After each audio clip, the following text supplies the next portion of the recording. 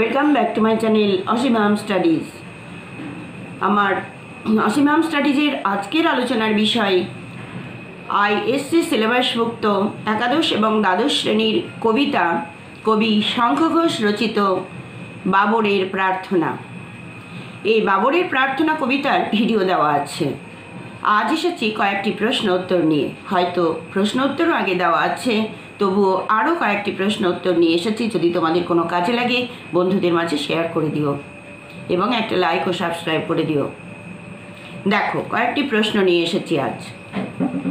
তোমরা জানো এই কবিতার মধ্যে সম্রাট বাবর পুত্র হুমায়ুনের জন্য প্রার্থনা করেছেন তার প্রাণীর, অর্থাৎ পুত্র হুমায়ুন রোগগ্রস্ত, বাঁচার কোনো আশা নেই, তিল তিল করে তিনি মরে যাচ্ছেন বা মারণ রোগ তাকে কুড়ে কুড়ে খাচ্ছে।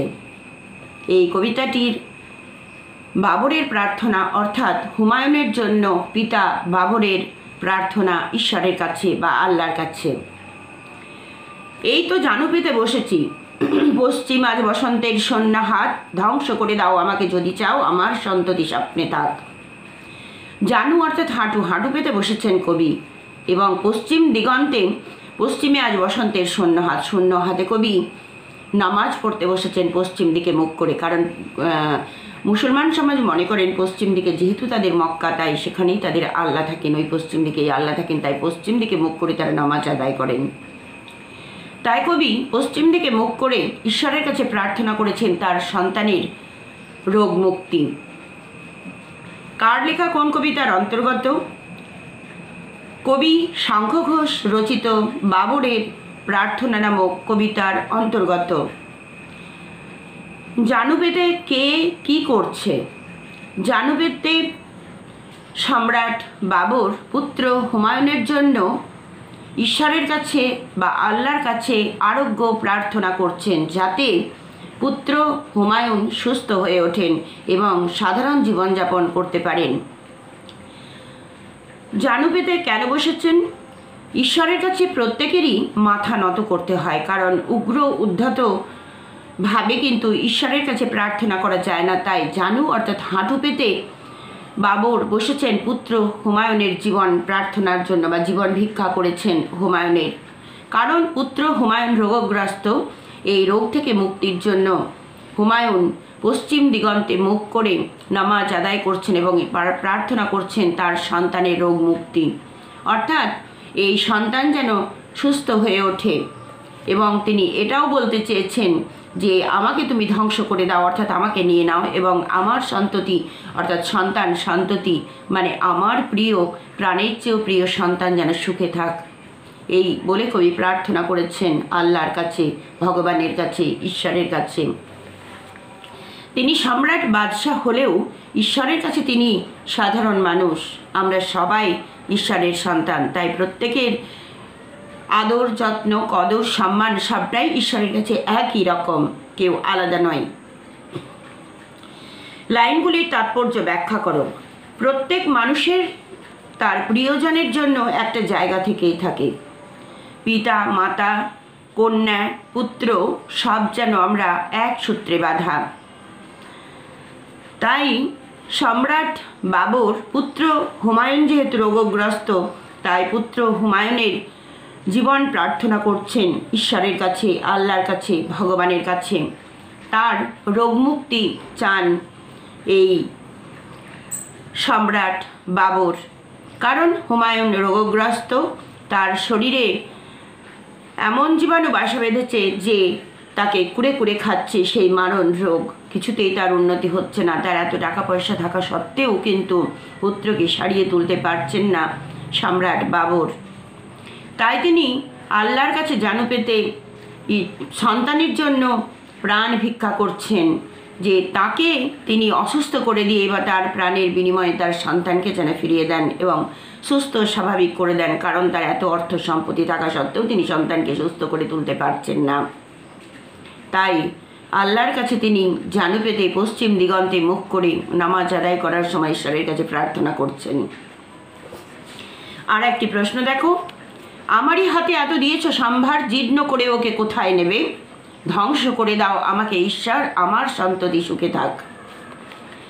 আমারই হাতে এত দিয়েছ, অর্থাৎ সম্রাট বাবর, রাজা বাবর, অথচ পুত্র হুমায়ুন যে রোগগ্রস্ত তাকে সারিয়ে তুলতে পারছেন না, অপারক। তাই তিনি আল্লাহর কাছে প্রার্থনা করছেন তার সন্তানের, প্রিয় সন্তানের জীবন। কার লেখা কোন কবিতার অন্তর্গত? কবি শঙ্খ ঘোষ রচিত বাবরের প্রার্থনা নামক কবিতার অন্তর্গত। আমারই হাতে এত দিয়েছে সম্ভার বলতে বক্তা কি বুঝিয়েছেন? আলোচ্য অংশে বক্তা বাবর বহু রক্তক্ষয়ী সংগ্রামের নায়ক, বহু রাজ্য জয় করে অতুল ঐশ্বর্যের অধিকারী তিনি। ঐশ্বর্যের ছটা সর্বত্র, প্রাসাদে আলো রোশনায়, নাচ গান, খানা পিনা, বিশাল ব্যসনের যেন শেষ নেই, বিলাস ব্যসনের যেন শেষ নেই, চারিদিকে যেন আনন্দ আর হই হুল্লোড়, জয় জয়কার। অতুল ঐশ্বর্যের মধ্যে থেকেও পুত্র হুমায়ুনের জন্য তার প্রাণ কাঁদছে, কারণ পুত্র হুমায়ুন যে রোগগ্রস্ত, তিনি কিছুই করতে পারছেন না এত সম্পদ থাকা সত্ত্বেও। এটাই তার বড় আক্ষেপ বা অনুশোচনা। পরের প্রশ্ন, ওকে বলতে কাকে বোঝানো হয়েছে?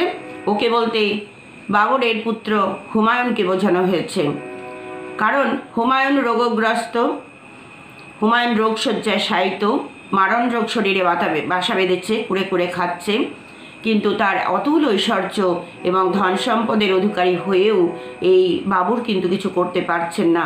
তাই আল্লাহর কাছে পশ্চিম দিগন্তে মুখ করে জানু পেতে তিনি নামাজের মাধ্যমে আল্লাহর কাছে প্রার্থনা করছেন সন্তানের জীবন ভিক্ষা।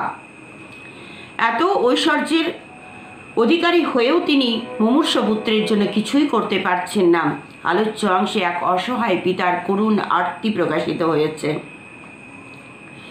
ধ্বংস করে দাও আমাকে ঈশ্বর বলতে বক্তা কি বুঝিয়েছেন?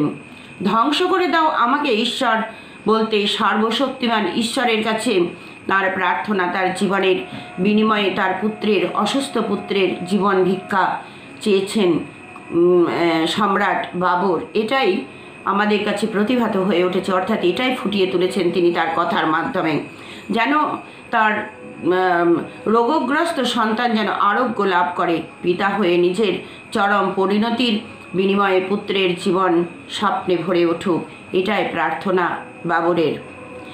তার মৃত্যুর সঙ্গে সঙ্গে সমস্ত পাপের অবসান হোক, এটা বাবরের প্রার্থনা। তিনি মনে করছেন হয়তো তার পাপের কারণেই তার সন্তান এরকমভাবে রোগগ্রস্ত, মুমূর্ষ, অসহায়, আর তার সন্তান আজ এই রোগ থেকে মুক্তি পাচ্ছেন না। তাই তিনি আল্লাহর কাছে প্রার্থনা করেছেন করজোড়ে হাঁটু পেতে বা জানু পেতে। জাগাও শহরে প্রান্তে প্রান্তরে ধূসর শূন্যের আজান গান, পাথর করে দাও আমাকে নিশ্চল, আমার সন্ততি স্বপ্নে থাক। কার লেখা কোন কাব্যগ্রন্থের অন্তর্গত? আলোচ্য অংশটুকু কবি শঙ্খ ঘোষ রচিত বাবরের প্রার্থনা নামক কাব্যগ্রন্থের অন্তর্গত। তিনি কি প্রার্থনা করেছেন? তিনি তার সন্তানের জীবন ভিক্ষা, অর্থাৎ সন্তানের রোগ মুক্তি প্রার্থনা করেছেন আল্লাহর কাছে নতজানু হয়ে। পাথর করে দাও আমাকে নিশ্চল বলতে কবি কি বুঝিয়েছেন? পাথরের মধ্যে প্রাণ থাকে না, পাথরের মধ্যে দুঃখ কষ্ট থাকে না।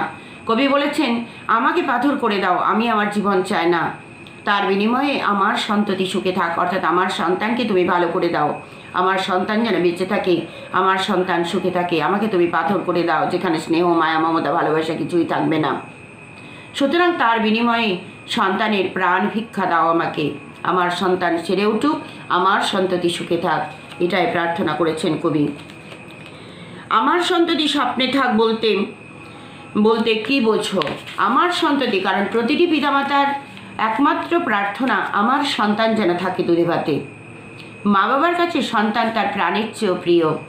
তাই সম্রাট বাবর, সম্রাট অর্থাৎ রাজা হয়েও পুত্রের জন্য প্রাণ ভিক্ষা চাইছেন ঈশ্বরের কাছে, আল্লাহর কাছে, ভগবানের কাছে, যে আমার এত অতুল ঐশ্বর্য থাকা সত্ত্বেও, এত ধন সম্পদের অধিকারী হয়েও আমি পুত্র হুমায়ুনকে সুস্থ করে তুলতে পারছি না, কারণ তার শরীরে মারণ রোগ বাসা বেঁধেছে, কুড়ে কুড়ে খাচ্ছে তার শরীরটাকে।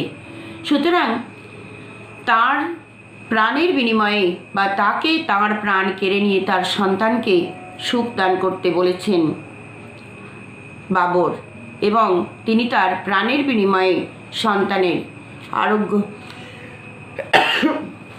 কামনা করেছেন। আলোচ্য অংশের মাধ্যমে কবি সেটাই প্রকাশ করতে চেয়েছেন এবং সেটাই বলেছেন, কারণ সন্ততি পিতামাতার কাছে এক অমূল্য সম্পদ, তার প্রাণের চেয়েও প্রিয়। এই প্রাণের চেয়ে প্রিয় সন্তানের সুখ সমৃদ্ধি কামনা করেছেন সম্রাট বাবর, এবং আল্লাহর কাছে নতজানু হয়ে প্রার্থনা করেছেন সন্তানের প্রাণ ভিক্ষা চেয়েছেন তিনি। এই কয়েকটি প্রশ্ন আলোচনা করলাম, তোমাদের কেমন লাগলো জানিও। যদি ভালো লাগে তবে একটা লাইক, শেয়ার ও সাবস্ক্রাইব করে দিও। পরে আবার অন্য কোনো ভিডিও নিয়ে আসছি, ততক্ষণ পর্যন্ত ভালো থেকো সবাই। ধন্যবাদ রইল।